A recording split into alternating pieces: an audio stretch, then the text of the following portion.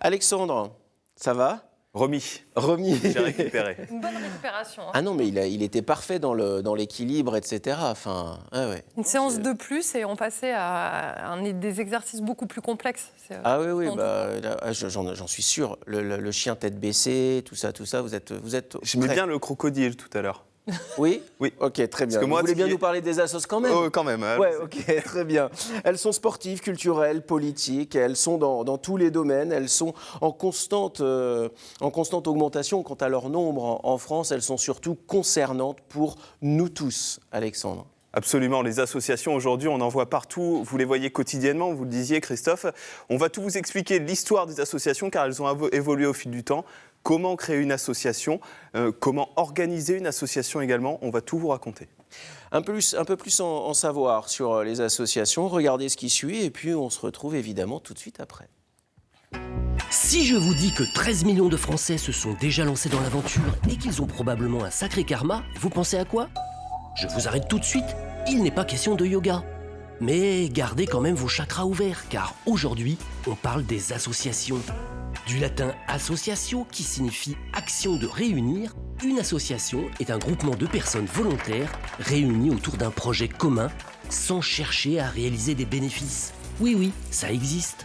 Et ça peut concerner tous les domaines, le sport, la santé, l'humanitaire, l'aide à la personne, l'éducation, le vivre ensemble, la culture, la promotion d'idées, etc., etc. Si aujourd'hui il est facile de créer une association, eh bien ça n'a pas toujours été le cas. Avant le XVIIIe siècle régnait une interdiction de coalition. Ce n'est qu'en 1864 qu'on abolit ce délit en permettant aux ouvriers de faire grève. Oui, c'est aussi le début de la grève, mais il faudra attendre l'année 1901 et la loi Valdec-Rousseau pour que la liberté d'association soit prononcée une bonne fois pour toutes. Mais alors, comment on s'y prend maintenant qu'on est libre ? Eh bien, pour créer une association, c'est très simple. Il suffit que 2 personnes au moins soient d'accord sur un thème. Ces personnes désignent un dirigeant et un porte-parole. Elles trouvent une simple adresse ou un siège social et hop, c'est parti mon kiki. Enfin, il reste quand même une dernière étape, la préfecture. Elle donnera à votre asso un poids juridique et même la possibilité d'être reconnu d'utilité publique par le Conseil d'État. Et pour les petits malins qui décident de sauter la case préfecture, c'est possible. Mais vous faites une croix sur les dons d'argent. Alors prenez votre ticket et attendez sagement votre tour. Ça peut valoir le coup.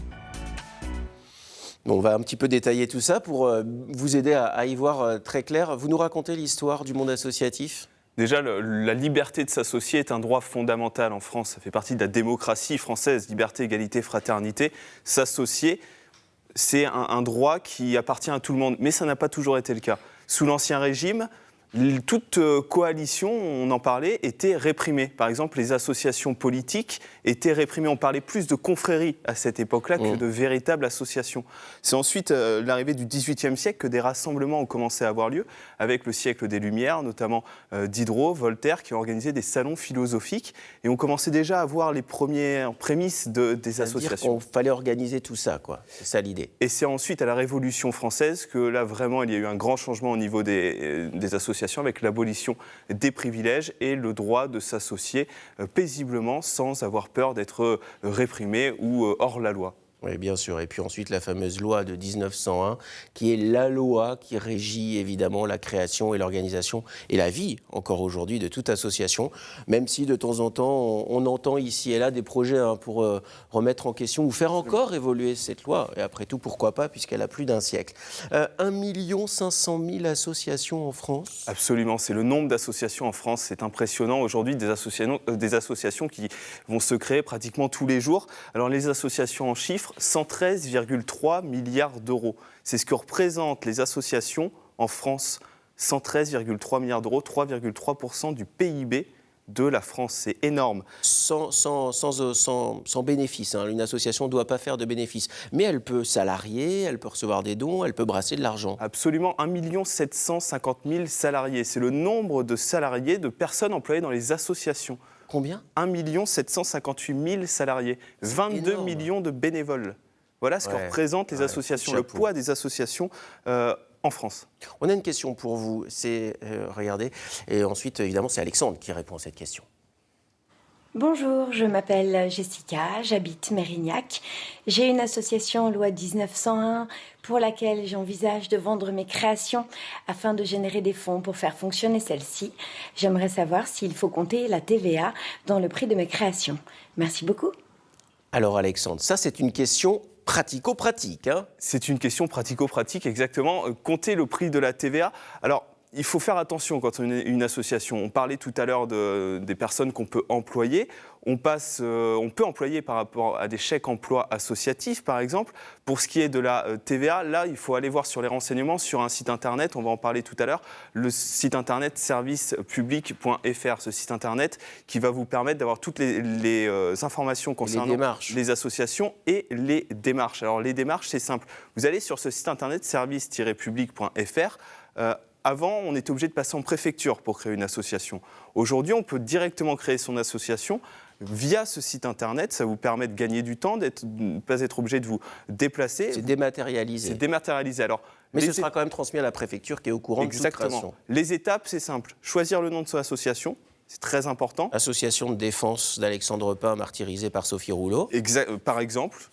Il faut voir si le nom n'est pas déjà déposé, par contre. Vérifier si le nom n'est pas déjà déposé. Parce que je ne peux pas créer une autre association, les Restos du Cœur. Exactement. Ça, je ne peux pas. Et ensuite, vous pouvez le faire protéger le nom par un juge. Rédiger les statuts, donc ensuite le fonctionnement de l'association, président, secrétaire, vice-président, trésorier. Et également établir un siège social.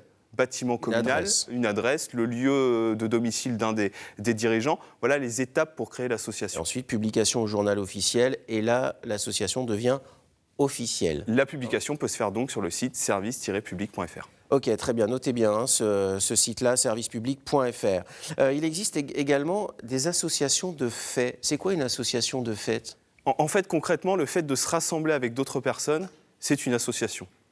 Si vous vous rassemblez avec quelqu'un, c'est une association.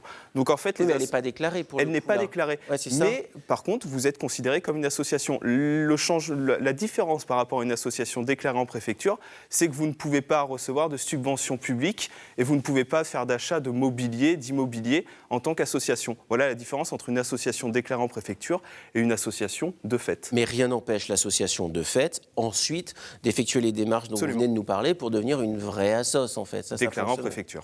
Oui, exactement. Alors, justement, vous allez nous présenter maintenant une association que vous avez tenu à mettre en lumière. On part dans le Lot-et-Garonne ? On part dans le Lot-et-Garonne, les bénévoles du 47, c'est à Villeneuve-sur-Lot. Et on va tout de suite accueillir Émilie, qui est la responsable du site, le café-cantine créé par les bénévoles du 47. Bonjour Émilie. Bonjour. Bonjour Émilie. Donc Émilie, déjà première question toute simple, racontez-nous un petit peu l'histoire de cette association et du café-cantine que vous avez créé. Alors l'association à la base a été créée par un groupe d'amis et de la famille qui voulaient agir à leur échelle. Et ce groupe-là s'est étendu à toutes les personnes qui veulent rejoindre les buts de l'association. Et aujourd'hui, l'association elle a 10 ans, il y a une quarantaine de bénévoles, 200 adhérents et un lieu ouvert au quotidien pour les gens.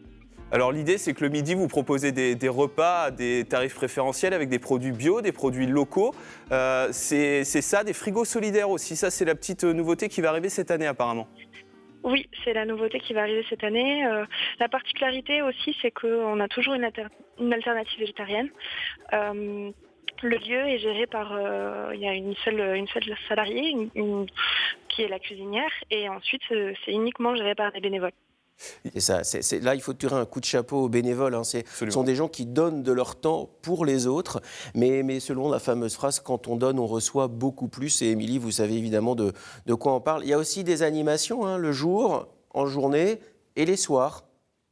En fait, les animations sont très variées parce que justement, elles sont proposées par tous les bénévoles et aussi les associations extérieures, voire des collectivités locales. Donc ça peut varier entre les conférences, les ateliers pratiques, les ateliers à fabriquer les choses soi-même, des spectacles, des concerts, des contes pour enfants. Les animations sont très très variées à l'image de ces usagers en fait. Justement, qui vient vous voir? Qui vient vous rencontrer? Quel est le public qui a pris l'habitude de venir fréquenter ce lieu? Le public est très très varié, on a tous les âges, toutes les catégories sociales, toutes les origines. On assiste vraiment à une grande diversité, une grande mixité sociale au sein du lieu. Merci beaucoup. Merci beaucoup, Émilie. Et là, on était vraiment dans l'entraide, dans le lien social qui peut Le se vivre créer ensemble. autour de ces soirées, de ces animations et de ces produits bio locaux avec les repas le midi. Vraiment. Merci Émilie. Ça s'appelle les bénévoles Merci à du vous. 47. Si vous êtes dans ce département-là, allez faire un tour. Il se passe toujours quelque chose dans ce lieu-là. Comment se déroule la vie au cœur d'une assoce? Il y a un président, il y a un trésorier, il y a un secrétaire, 3 personnes, ça s'est organisé, il y a les bénévoles. C'est quoi la vie d'une assoce? Ensuite, effectivement, il faut la faire vivre, cette association. Comment est-ce qu'on fait vivre une association? En organisant des manifestations sur la voie publique, par exemple, qu'il faut bien sûr déclarer à la préfecture et à la mairie. Ça, c'est hyper important parce que sinon, là, vous êtes pour le coup hors la loi si vous ne déclarez pas ces manifestations sur la voie publique. Mais l'idée aussi, c'est de faire rentrer de l'argent dans l'association pour la faire vivre.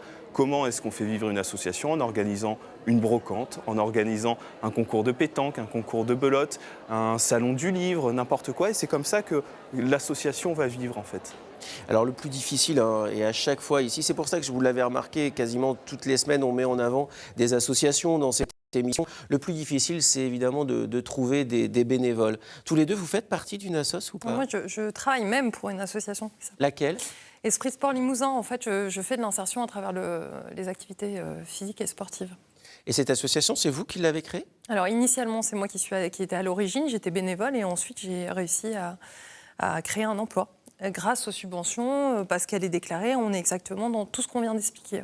Et voilà, comme quoi ça fonctionne. Voilà. Un emploi créé par une association, le public, de l'insertion, et puis des bénévoles aussi. Alors des bénévoles, oui, mais c'est vrai que c'est exactement ça. C'est extrêmement compliqué puisqu'on prend sur le temps de loisirs de l'ensemble des personnes et ben voilà, des fois les récompenses ne sont pas à la hauteur de l'investissement. Donc il faut en effet réussir à les investir et les engager. Les forums des associations, il en existe dans toutes les villes, partout en Nouvelle-Aquitaine. Alexandre, ça c'est un bon plan. On a vu quelques images de forums.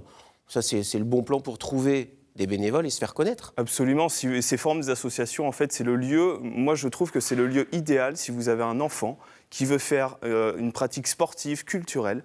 Toutes les associations sont sur place, vous allez passer la journée là-bas, vous rencontrez toutes les associations, à la fin de la journée, vous dites à votre enfant, écoute, qu'est-ce qui t'a plu le plus aujourd'hui ? Et comme ça, vous avez déjà sous la main toutes les informations. Ouais. On parlait tout à l'heure d'employer des salariés dans une association. C'est compliqué, mais il y a une petite astuce qu'on vous donne. Vous pouvez avoir recours à des groupements d'employeurs. Des groupements d'employeurs qui vont vous permettre, par exemple, si vous n'avez pas le temps de faire des démarches, etc., ces groupements d'employeurs vont recruter. Ils vont vous mettre à disposition, ils vont les rémunérer, mettre à disposition le salarié et ensuite ils vous facturent juste la prestation. Ils s'occupent de l'administratif. Exactement. Tout ce qui est démarche, c'est bien. 44% des financements des associations viennent de financement public. Quand on parle de financement public, on parle de subventions, tout simplement. C'est le nerf de la guerre. Oui. Soyons honnêtes, c'est le nerf de la guerre. Oui. 44% avec 20% de subventions publiques, 24% de commandes publiques. Il faut savoir qu'en 2011, cette part était de 51%. Aujourd'hui, les collectivités donnent de moins en moins. Oui. Et donc, les associations sont obligées d'aller chercher 56% de financement privé. C'est énorme. Plus de la moitié des financements doivent être privés aujourd'hui. Ouais, vous avez entièrement raison. Alors, ça veut dire quoi, financement privé? Ce sont des dons. Alors, on l'a vu, si on est une association de fait, on n'a pas le droit de recevoir de dons. On a le droit de se rassembler, on a le droit de discuter, et puis tant mieux, quand même. Absolument. Ça fait partie de notre liberté. Mais si on est une association déclarée, là, pour le coup, on peut bénéficier, vous l'avez vu, de subventions. Et financement public, privé cette fois-ci, ce sont les dons. Les dons, alors la petite astuce aussi, si vous faites des dons, donations, legs, il y a des réductions d'impôts qui sont possibles. Ça peut encourager certaines personnes à justement donner à des associations. Alors il y a plusieurs règles pour ces réductions d'impôts. Qui sont vraiment bien établies et il faut les respecter à la lettre, sinon vous n'aurez pas le droit à ces réductions d'impôts. La première chose, c'est que cette réduction dépend des sommes versées. Ça, c'est la première chose. Ensuite, un don peut prendre plusieurs formes, soit une donation en argent, soit un chèque. Voilà, exactement. Soit un abandon de revenus. Ah oui. Et les employeurs prévoient ça maintenant aussi. Ou alors, ça je l'ai découvert, mais en fait ça paraît complètement logique, un abandon de droit d'auteur. Ah oui. Et Ça je fonctionne pense, aussi. alors je pense, c'est moi qui le dis comme ça, mais je pense que c'est ce qui s'est passé par rapport à Coluche, peut-être avec les Restos du Cœur et la chanson, Je ne sais pas du tout. Ah oui, oui, Goldman a abandonné ses droits d'auteur, ça c'est sûr. pour qu'ils Ça, soient c'est une tous certitude. reversés au Restos Ouais, du alors Cœur. ça c'est une certitude, effectivement, ouais, tout à fait. Et puis c'est une chanson qui passe encore beaucoup, donc ça rapporte au Resto du Cœur. La condition, ne pas recevoir de contrepartie, c'est très important. Parce que si vous recevez une contrepartie, pas de réduction. Je vous prends un exemple, vous faites un don de 50 €, la réduction d'impôt est de 33 €. Ça correspond à 66% de la somme Donc, en versée. fait, ça ne nous a coûté que 17 €.